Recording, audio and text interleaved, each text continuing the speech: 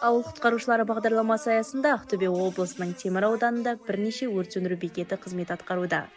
Қазіргі таңда аудан бойынша 5 өрт сөндіру бекеті халықтың қауіпсіздігін қамтамасыз етіп, табанды жұмыс жүргізіп келеді.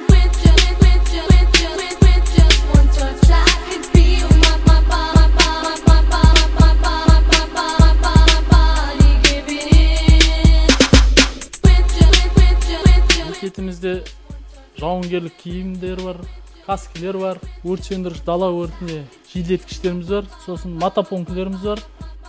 Керекті, қажетті барлық жабдықпен қамтамасыз етілген, Иә. Өртес сақадай сайымыз ғой.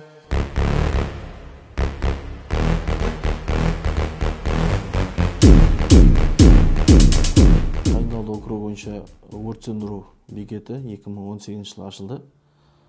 Сол ашылғаннан бері қазіргі таңда 4 отбасыдан 4 адам жұмыспен қамтылды. Сонымен қатар өрт сөндіру бекеті бір ЗИЛ автокөлігі мен бір УАЗ автокөлігі қосымша өрт сөндіруге арналған толық құрал жабдықтармен қамтылған. Ендеше ауыл құтқарушылары туралы ауыл тұрғындарының пікірін білейік.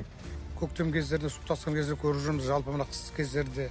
Бұрын кезде Темірдің ауданынан бір болған жағдайда көмек күтетін болсақ, қазір ауылымызда бар, шүкір. Енді болашақта осындай өрт сөндіретін бекеттері көп болса екен деп ойлаймын. Мен пожарный болғым. Неге пожарный болған? Адамдарды құтқарам, сосын үйлерді сөндірем, өрт болатын. Өрт сөндіру бекеті Қайыңды ауылына салынғалы, бұл жақсы бастама болды.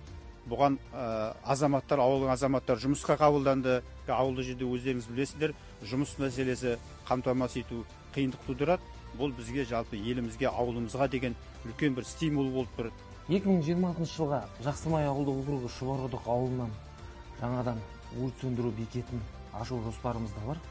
Сонымен қатар Темір ауданына қарасты Ақсай ауылдық округі Ақсай ауылынан, Кеңестау ауылдық округі Қопа ауылынан ангарлы типтегі гараждар құрылысын бастау көзделуде.